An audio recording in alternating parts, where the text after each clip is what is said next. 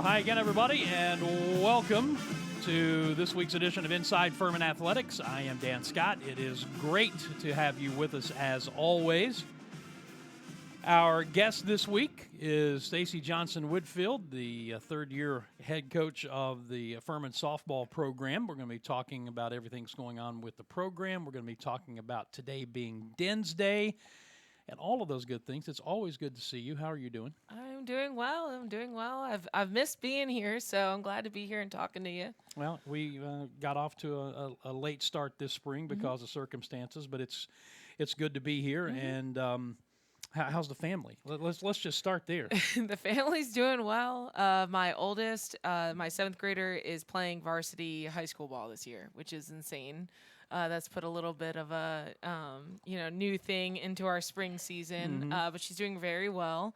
And then my youngest is playing travel and Little League ball, so that's also, putting some things into our schedule. Our spring is very busy in my house. So you've got a seventh grader who's playing varsity softball. Yeah. Taken after mom? She does. She pitches, she plays first, and she hits. So she's doing very well this year. I just told her I wanted her to have no expectation other than have fun this year, enjoy being a part of the program, and she seems to be doing that so far. So it's good. That's fantastic. Yeah. Good to hear. How are things going with the softball program? And we can look and talk about the record and all of those things, but the overall holistic 30,000-foot view of the program, how you doing? This has been, I feel like, overall a very good year for us as a program. I think that we started off really well with a really great group of young women. And then I brought in the fall, and she's still helping us now, a very good friend of mine, Megan Bunning, who is a mental performance coach. And where I thought we kind of started to lack last year was that mental piece. And then she's come in this year and really offered up her time to work with the team, work with some of our individuals on our team, give them activities all through the fall. She has really been great for us, and the team has really loved having not just like somebody say, well, this is how you deal with this situation, but they're saying, here are some tools to do that, which has been helpful throughout our entire season. We keep coming back to that. She's visited us throughout the spring too in our season, but I think that's really started us on the right foot mentally. Physically, we obviously have more depth this year than we've ever had within all our positions, basically. So it's been really nice getting reps into some younger players, having obviously our 9 seniors really coming out and having the experience the past 4 years has been helpful. This is probably the oldest team I've ever had. But I think that we've had our ups and downs. We've fought really hard. We had a really strong start, and we were kind of lulling a little bit, but we've had obviously some really great wins this year, and we have 2 more series to go in the SoCon to really make a push. So I'm very hopeful. This team's something special. Yeah, the win over Clemson. Yeah, that one, and the one over Louisville was pretty nice. Yeah. Two. So this program is an ACC caliber program. Yeah. Is that what I'm hearing? Yeah, I mean, 2 for 3 against ACC programs this year is pretty good. And the one loss we had, we lacked a little bit in our pitching, but hitting and everything else we were right there. So to know that you're playing with those caliber of teams is a great feeling. There is a time in the not too recent past when somebody would have heard you say, "Mental performance coach." Wow, that's crazy. Yeah. See what I did there? Oh yeah. but that's becoming more and more of a normal thing in not just college athletics, but in professional athletics as well. Oh yeah. And as I kind of took on every year this. Being at Furman, I've realized that when you go through 55 games and your body's taking a toll, and mentally you're starting to take a toll also because you're at a university like Furman where the academics are so high that it just felt like when we were peaking wasn't at the right time. So I thought bringing somebody in to help us get through that strain mentally was really a huge key for us. And thank God for Megan. I played with her at South Carolina for 2 years. She works at Florida State now, works with some of their teams. She has been a sounding board for me ever since I took on the job. And she was like, I believe in what you're trying to do. I believe in what Furman's trying to bring to this softball program. I want to help. And that was fantastic for us this year. Is she coaching you mentally as well? Yeah, she does help me out sometimes. She's a good sounding board, like I said. She's great. But yeah, she's really helped us in general, coaches and players. Yeah, because I mean, there are only certain things that you can take home from your job to your spouse if you want to continue to have a happy marriage. So it's nice to have somebody like somebody that. else. Yeah. We're visiting with Stacey Johnson-Whitfield, softball coach here at Furman. You talked about the depth that you have, and obviously you basically had to start from scratch when you took over on an interim basis 2 years ago. Are you on schedule, ahead of schedule, behind schedule, or was there ever a schedule that you laid out that said this is where we need to be 3, 4, 5 years down the road?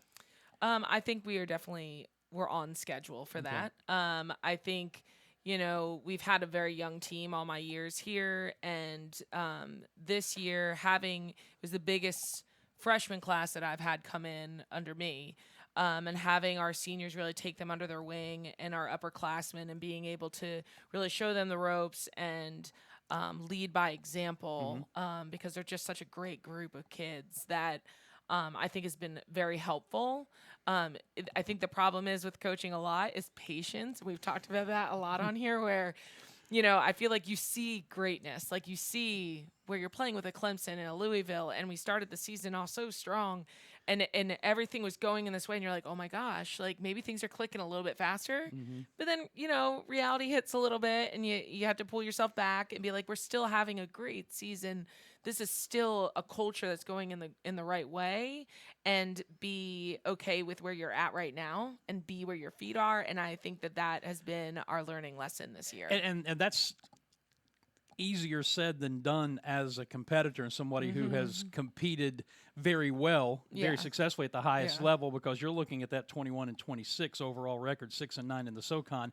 And I know you're thinking, well, we should have won this one, we should have won this one, we should have won this one, and what would that record look like?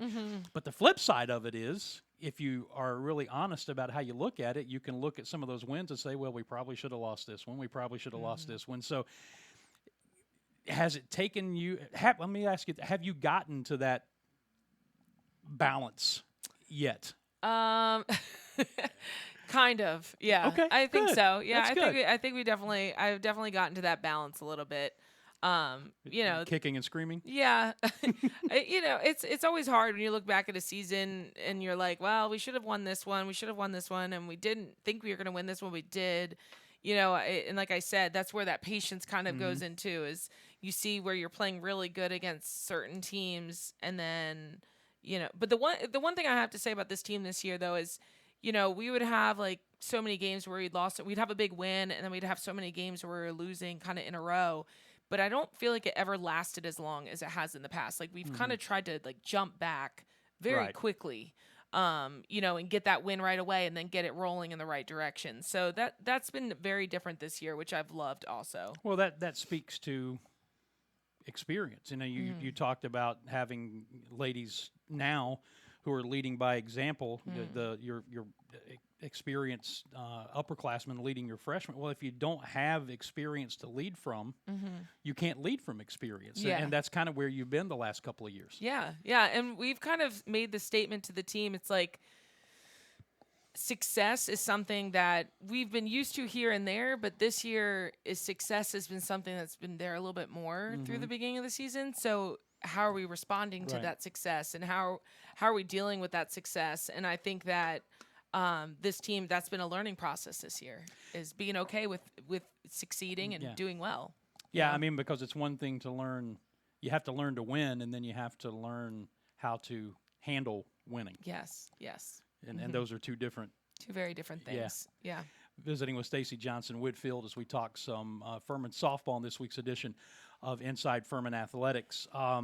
Sierra Tufts was just named Pitcher of the Week in the SoCon, and she and Emmy Buzzard have really given you some experience at the top of your rotation or top of your staff. So talk about them, and then let's talk about what you've got behind them. So obviously Sierra has been a staple for me since I've come to Furman, and obviously I came in as a pitching coach her freshman year, so she's the one I've been able to work with the most. And one thing, and I've always said this about her, and the team laughs because I've said it to broadcasters before. It's like Sierra has always been this quiet storm, where she works so hard, but she's not loud about it. And it's like it shows for itself. And her expectations for herself are very high, but she's very quiet about it. Right. So there's so many things with her that I feel like, and sometimes when I'm like, you're doing really well, she'll be like, well, I should have done this, which I love. But I also really wanted her this year to like live in the moment and where her feet are, because it is her senior year, and know like she's doing very well. She's had a very good career for us here. So I think that she is steady for us. Obviously, she starts usually 2 games in every SoCon series. She gives us some quality innings. But she has been a kind of, like I said, a quiet storm, a quiet leader for us in the pitching staff, and somebody that I know our freshmen this year have looked up to. I know Emmy and her and Laura Lee are very close, and they kind of lean on each other because I've told them from the beginning it's going to be a staff effort for us. So, it's interesting. You talk about her mindset and the way she goes about things, and that's something else I think that athletes have to learn, that it's okay to allow yourself to celebrate the good moments and not just beat yourself up over the bad moments. I mean, how many times we heard Clay Hendricks say it here, heard Bob Ritchie say it here, heard Dabo Sweeney say it over at Clemson. We celebrate wins around here. Yeah. And I think you have to allow yourself to do that, not just corporately as a team, but you have to allow yourself to do that as an individual. But obviously you can't just rest on that. You have to continue to try to get better, but I think that's part of that mental thing we've been talking about. Oh, yeah. And I know, my friend Megan, who did the mental performance stuff, she was also a pitcher at Carolina. So that's been a very big help, I feel like, to some of our pitchers, that she's not somebody just like talking you through it, but she's been through it. She's been through it. I've been through it. So I'm hoping that they feel like they can lean on us a little bit more to kind of guide them through those moments, because a pitcher's mind is just so different than any other position, I think. So do the kids still call that street cred? Because you've got street cred because you've been there. Yeah, I mean that used to be the phrase. I don't know if it is now or not. Let's talk about what's coming up, because you mentioned you've got 2 SoCon series left. You're at Chattanooga on the 27th and 28th, and then you come back May 4th and 5th. Did I see the schedule right? 5 games with ETSU? No, we have 3. So there are two things on the schedule that say ETSU? that say doubleheader. We're gonna have to get that fixed, because we're not playing them 5 times. Or maybe it just reads and I read it wrong. Yeah. But anyway, bottom line is you've got 6 conference games remaining. Where are you in the standings? Where could you end up if things break right? We're kind of mid-pack right now. I think this year in the SoCon has been so interesting and kind of crazy. Everybody's kind of beating up on everybody. I know that Mercer and Chat are tied for first place right now.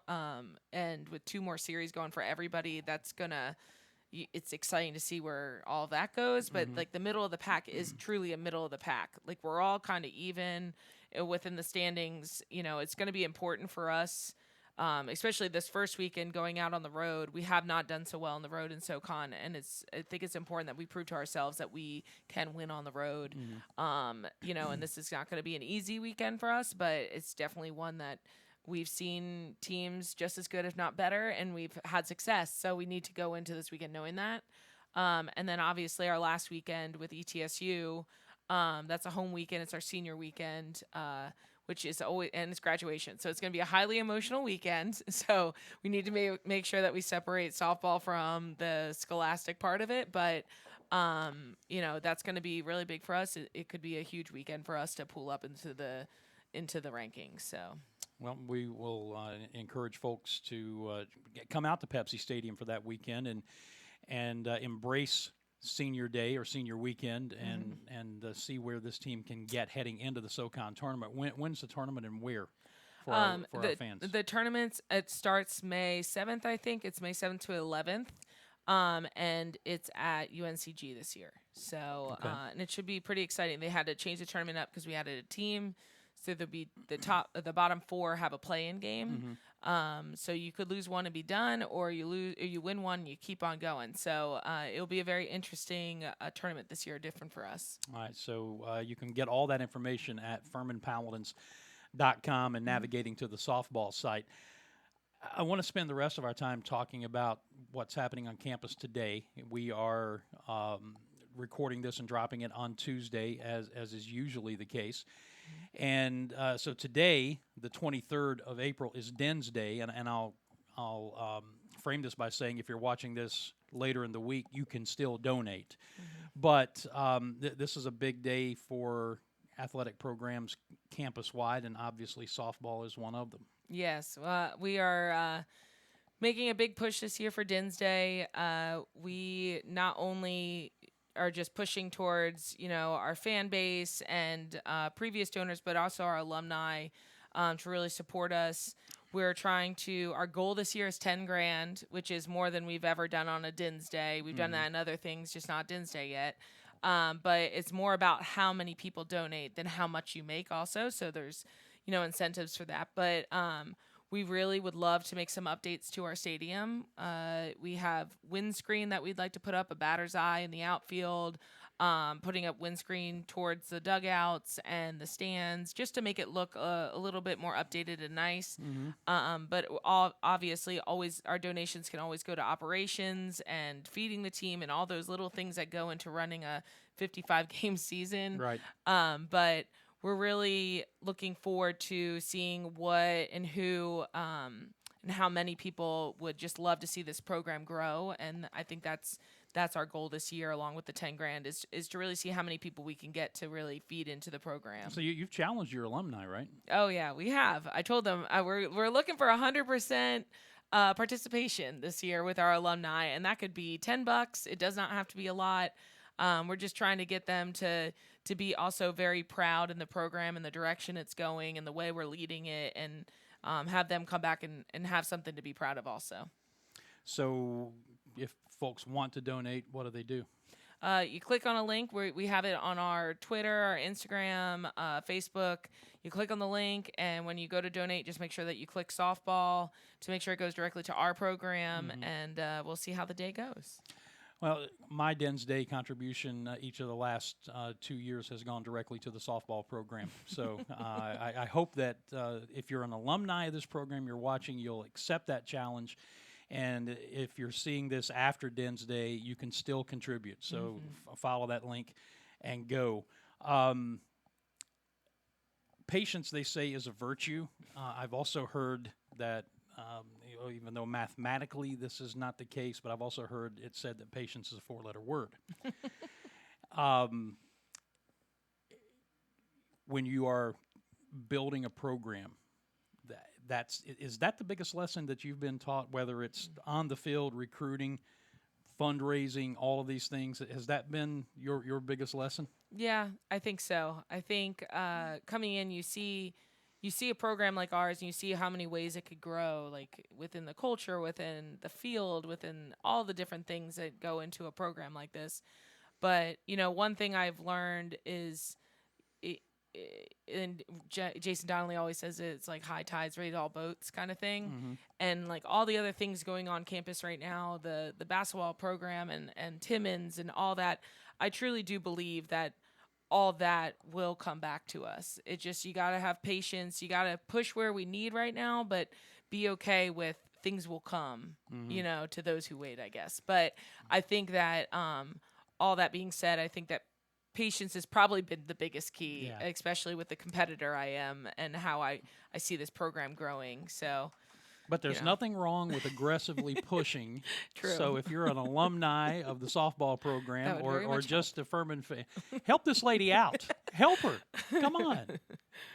It's always good to catch up with you. I know that things have been a little skewed this year, but it's great to catch up with you. And I just look forward to seeing how you guys close out this season. I look forward to seeing how Dens Day goes for you. Yeah, thank you. And I always love being here. So That is Stacey Johnson-Whitfield. This has been this week's edition of Inside Furman Athletics. Anything else? Have we covered everything? We covered everything. You're okay, good. Well, I just, sometimes I wonder about things. But we'll be back again next week with another edition. And again, go to softball's Facebook, their Twitter, or X, the artist formerly known as Twitter, Instagram. Hit that link and make a Dens Day contribution to the softball program. We will see you again next week. Until then, for Stacey and all of us at Furman, I'm Dan Scott saying God bless you and so long, everybody.